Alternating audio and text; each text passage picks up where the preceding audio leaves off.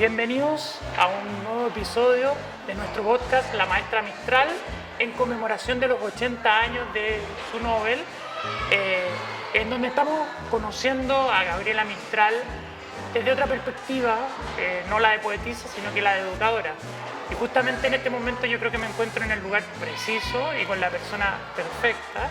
Estamos en el Museo de la Educación Gabriela Mistral, con su directora María Isabel Orellana, quien es, tú tienes un doctorado, eres historiadora, eres museóloga.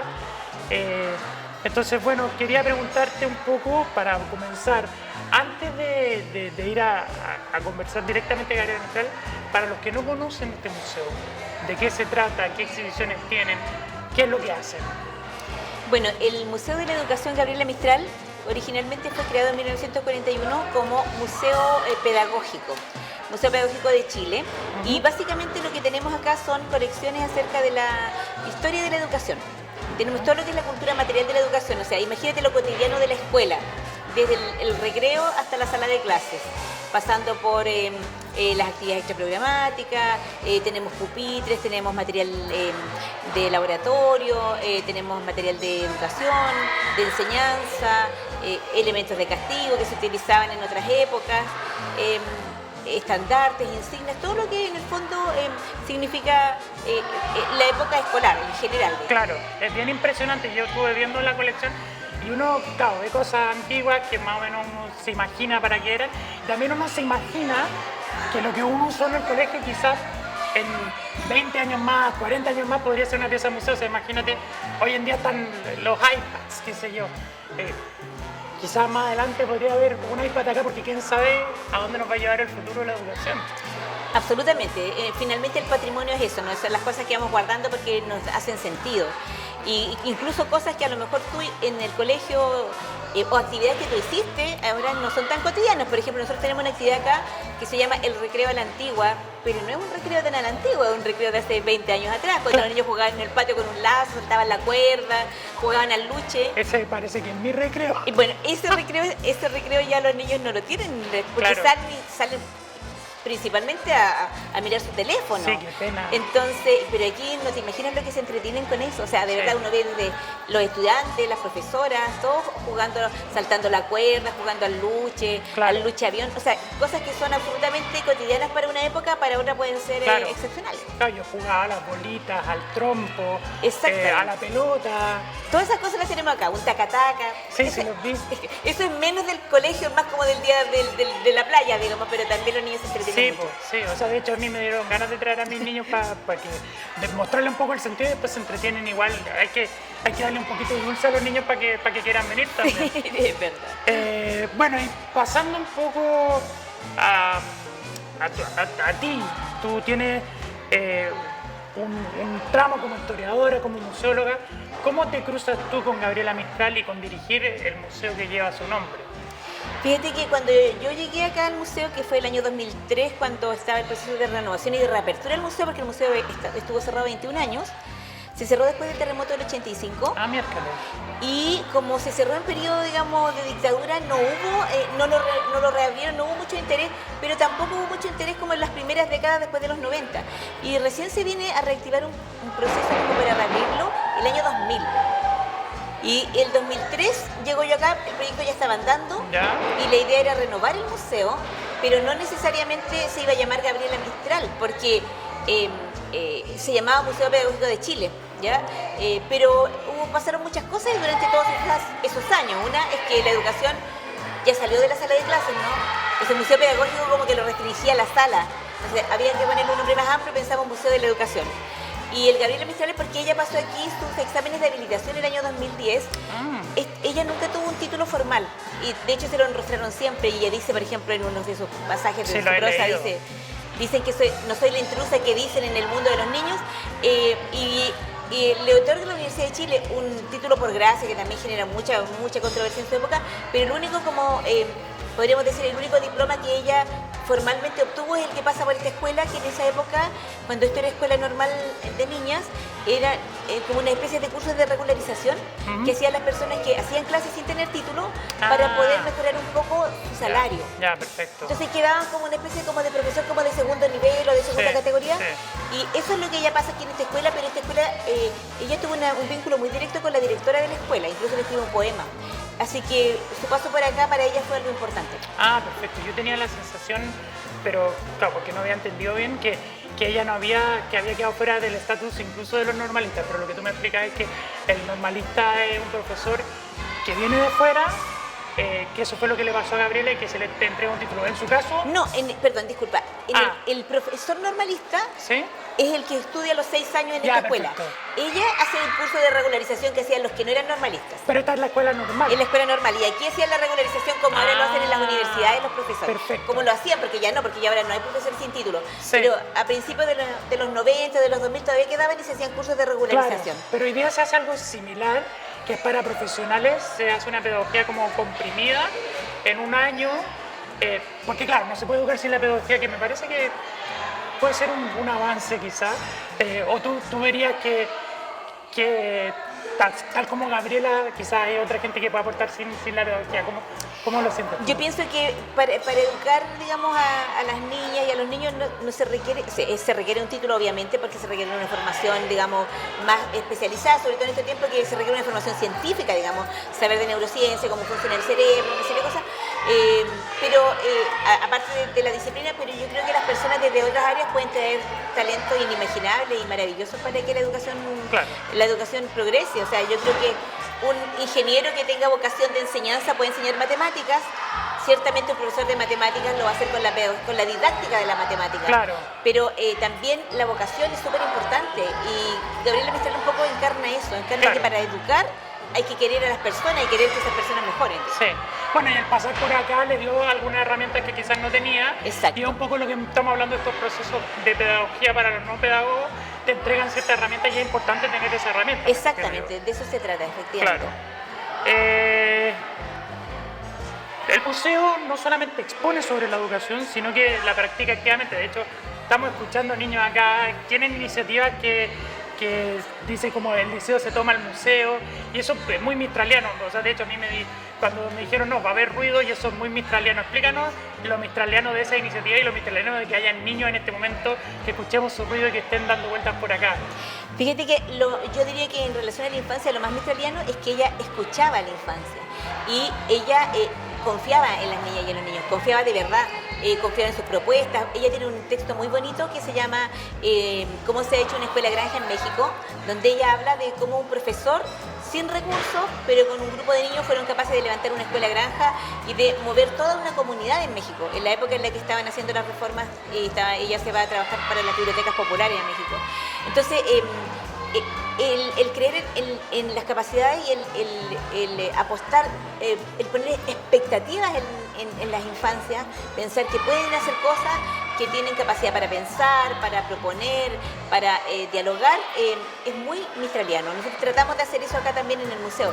Y a lo que tú haces referencia, eso de el liceo se toma el museo, es porque nosotros, si tú te fijas, nosotros tenemos la historia de la educación, podríamos decir, de la época republicana, ¿no?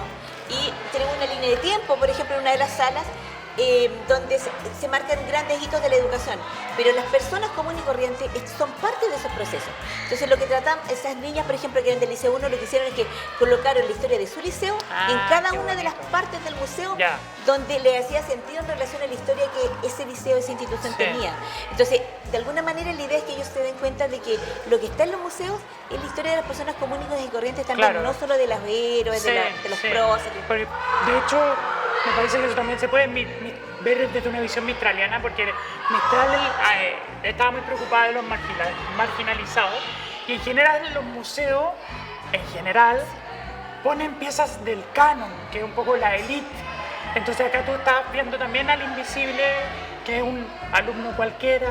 De hecho, yo vi un trabajo de química acá al lado que es de un alumno cualquiera, o sea, y las mismas alumnos están poniendo su material, o sea, estamos transformando en pieza de museo algo que puede ser de lo invisible, ¿o no? Exacto, eso es precisamente, ella, es verdad que tienes toda la razón, ella tenía tenía una gran vocación, digamos, en el sentido profundo del término, una gran vocación política. Ella apostaba que hubiera transformaciones sociales y a que esas transformaciones fueran con las personas más marginadas, con las mujeres, con los niños pobres, con los campesinos, con las personas indígenas. Entonces ella era la maestra de los marginales, finalmente. Ella no renegaba de la élite porque entendía de que la élite también tenía que formarse para que fuera una élite, digamos, no solamente con sabiduría, sino que también con sentido social. Pero ella apostaba que esas personas invisibles aparecieran. Por ejemplo, el trabajo de Kipping al que tú haces referencia, el trabajo de un niño, de un estudiante de la escuela, un adulto, de la escuela de la expenitenciaría. Nosotros trabajamos harto tiempo con ellos. Entonces, la educación, la escuela está en todas partes. Entonces, también un poco entender que muchos de estos procesos se van superponiendo, que la historia no es una línea recta, sino que es una serie de procesos donde las personas cruzan muchas veces sus caminos, o no los cruzan nunca, lo que hace que las brechas se amplíen, ¿cierto? Perfecto. Bueno, a mí me llamó un poco la atención que en el fondo de la colección acá, en general no hay nada de Gabriela Mistral, si no me equivoco, pero el museo lleva su nombre y me pareció escuchar, dime si me equivoco, que hay una huerta también, entonces eso yo lo diría eso es bien mistraliano. Entonces, ¿están tratando de realzar la figura de Mistral en alguna medida o solamente el nombre del museo lo lleva para honrar a Mistral? ¿Cómo lo ves tú en ese sentido?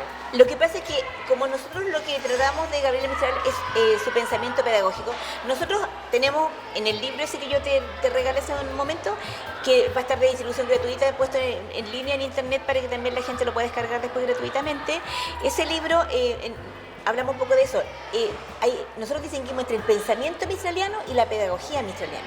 El pensamiento educativo de Gabriela Mistral, todo el corpus teórico en que ella hablaba de la escuela, cómo había que enseñar, la formación de profesores, qué sé yo, pero la pedagogía mistraliana es como ella hacía clases y como ella de alguna manera compartía esa experiencia. Yeah. Entonces nosotros lo que en el museo transversalmente tú vas a ver que en todas las salas algo se habla de ella, lo que nosotros tratamos de potenciar es precisamente ese pensamiento educativo y esa pedagogía mistraliana, que es como podríamos decir el patrimonio intangible de Gabriela Mistral. Claro. Tenemos algunos objetos, tenemos por ejemplo unas cartas que no las tenemos exhibidas porque por un asunto de conservación, que ella le escribió a una estudiante y que esa estudiante nos la donó al museo. Pero el patrimonio de Gabriela Mistral que nosotros, relevamos acá es su pensamiento y es su pedagogía. Entonces, no tenemos objetos. Los objetos del museo nos permiten acompañar ese relato. Perfecto.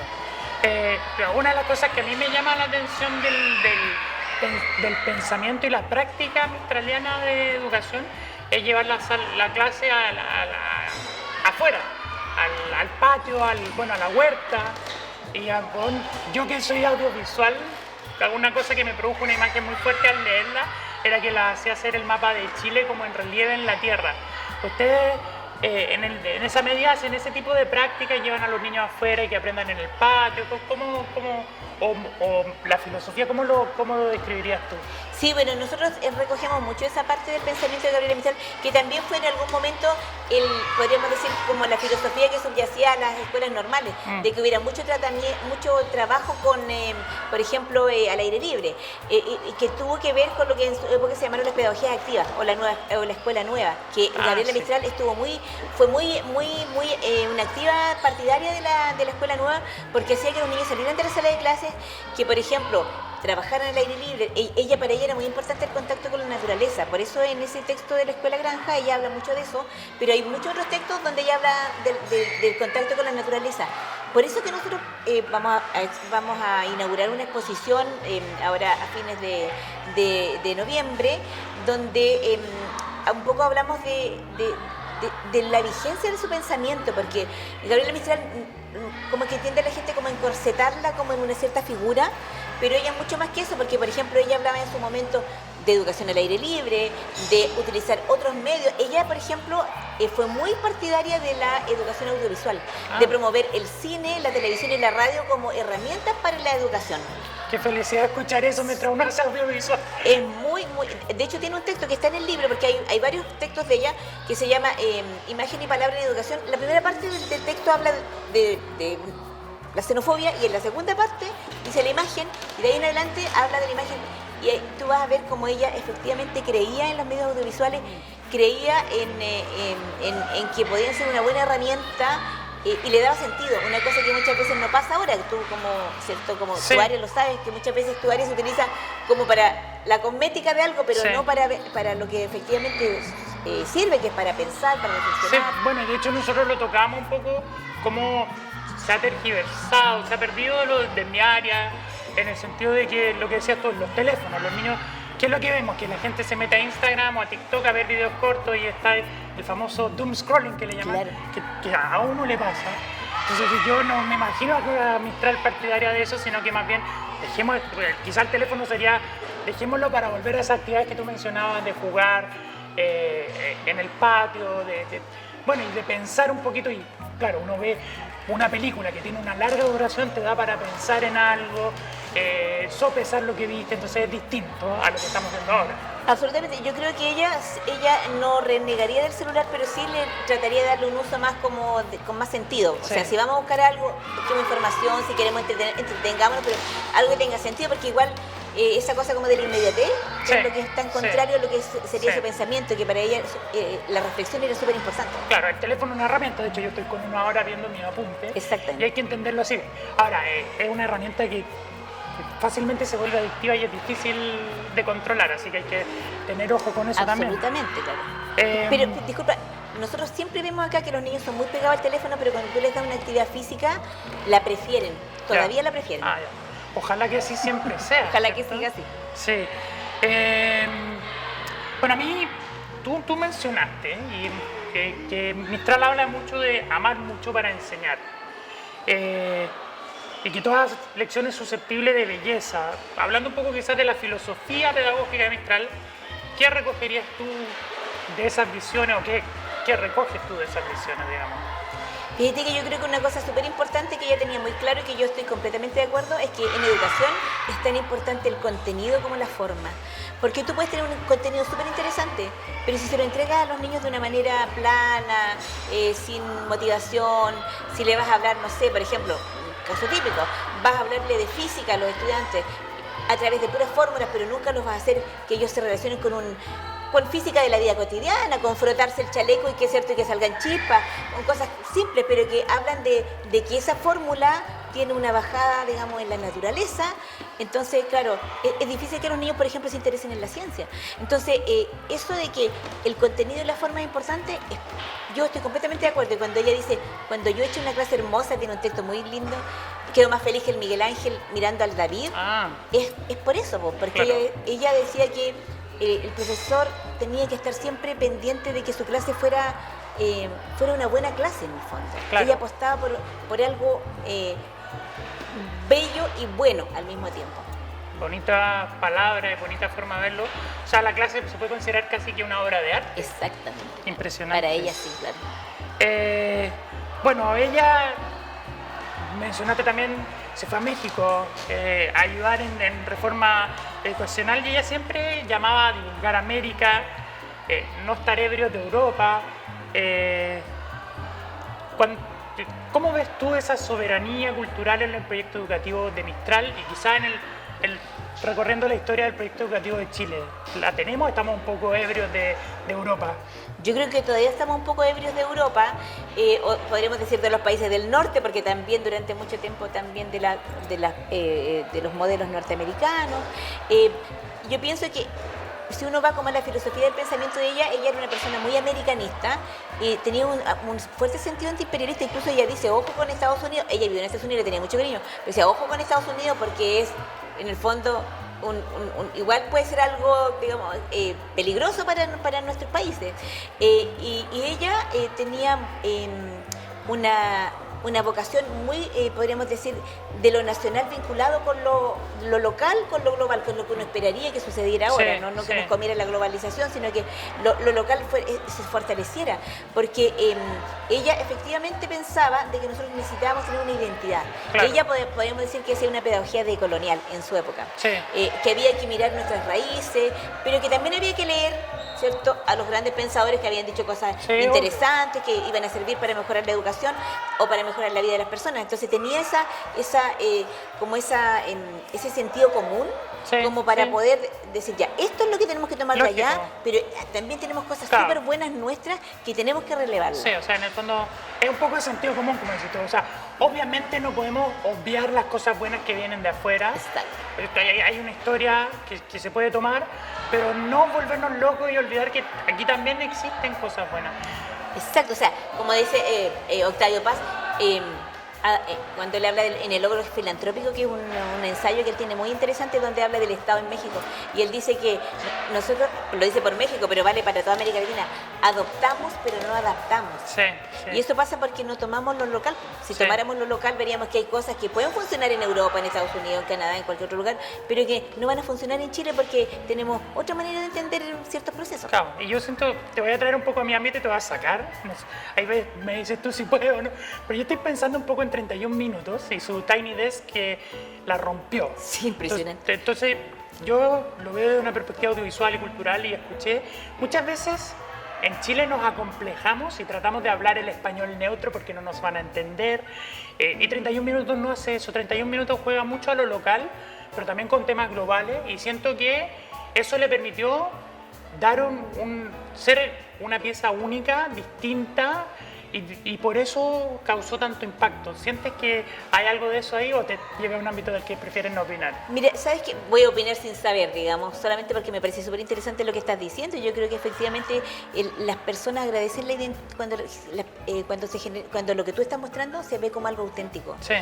Como que querer ser en un lenguaje, podríamos decir, plano, en un lenguaje latinoamericano plano, que lo van a entender solamente los que ven las telenovelas, pero a lo mejor no lo va a entender nadie más. Creo que, porque lo bueno del lenguaje, yo pienso, es que es tan cultural. Sí. O sea, hay ciertas palabras, se ríen mucho de los chilenos porque hablamos, ¿cierto?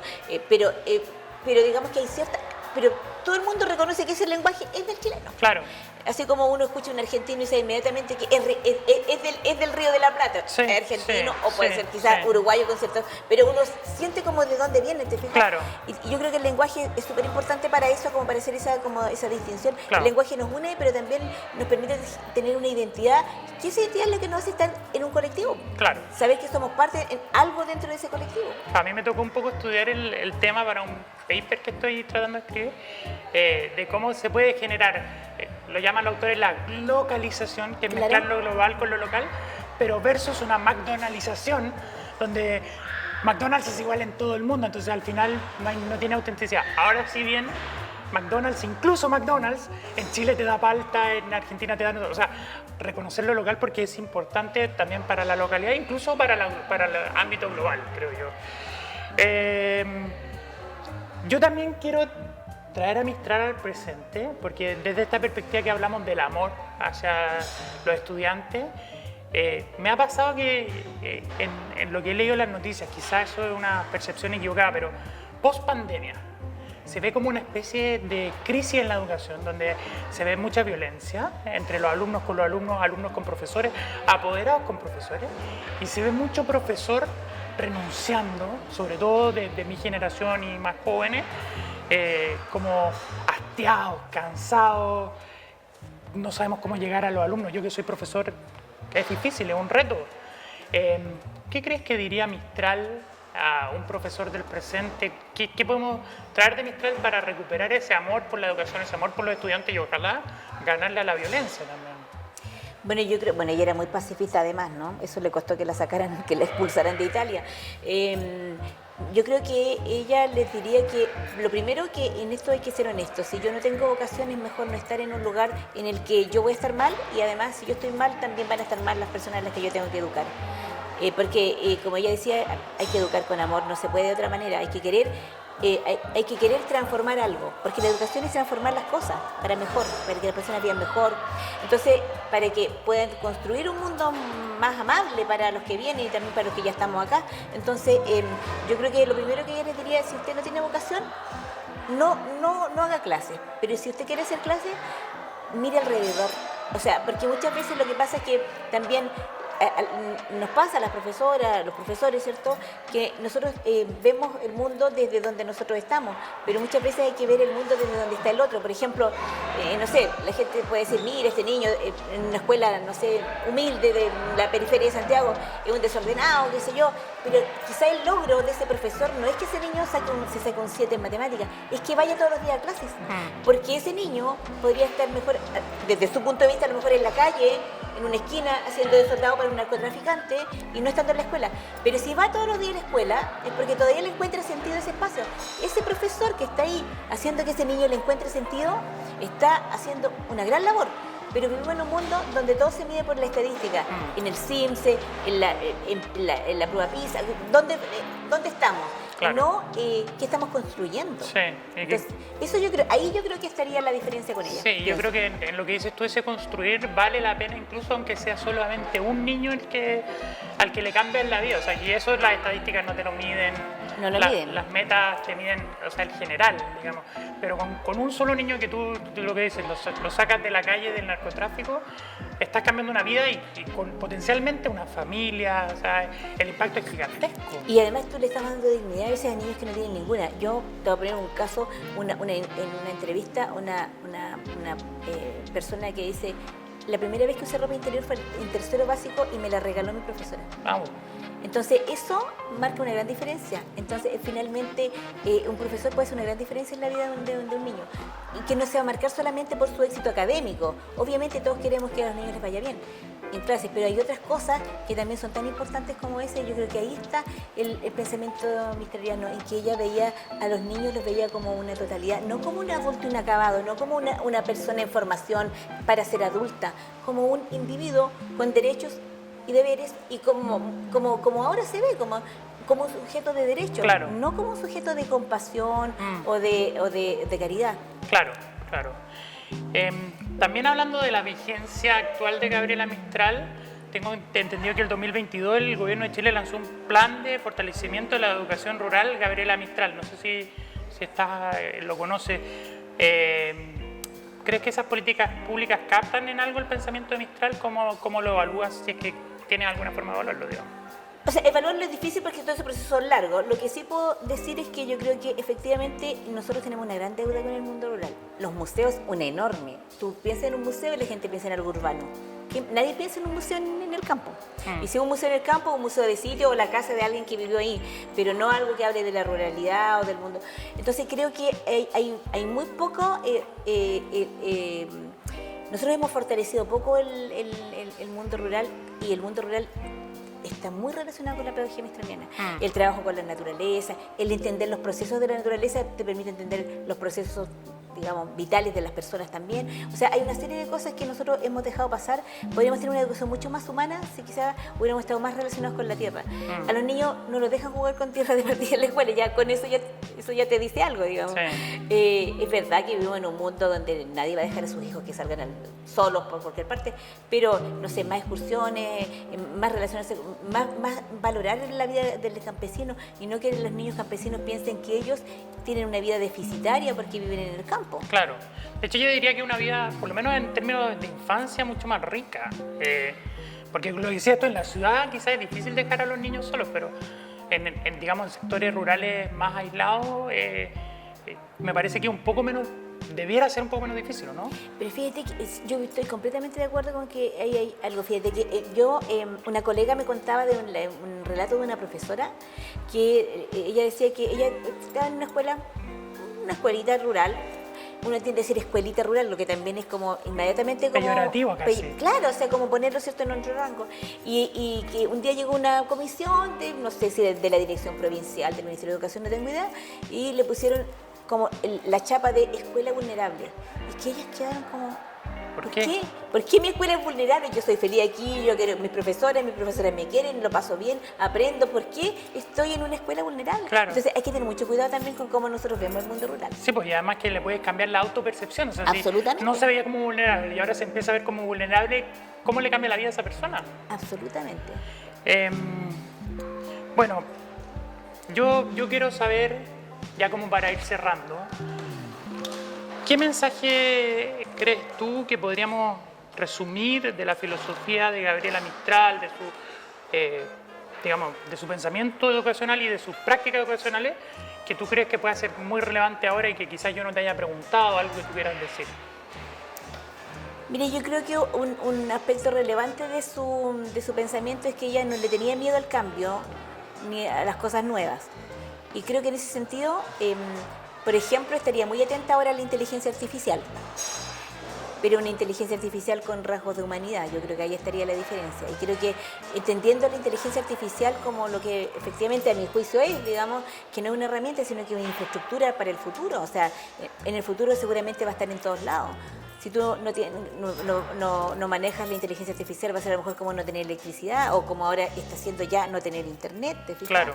Entonces creo que ahí estaría atenta a lo que pasa ahí y estaría atenta precisamente a que eso se democratizara y que efectivamente fuera algo que fuera un beneficio para las personas, ¿no? Sí, Y no sí. alerta al riesgo como podría ser en ese momento. O sea, lo que tú dices yo creo que es súper importante porque desde mi perspectiva, lo que yo he visto escuchando la radio, no sé qué, que en algunos establecimientos educacionales se está recién viendo la programación como el futuro y yo creo que eso ya con la inteligencia artificial está un poco obsoleto, entonces tenemos que empezar a enseñar a usar estas herramientas porque la gente, o sea, el que se va a quedar afuera puede quedar desfavorecido. Absolutamente, o sea, la brecha ya en la pandemia, la brecha digital se amplió de una manera sideral.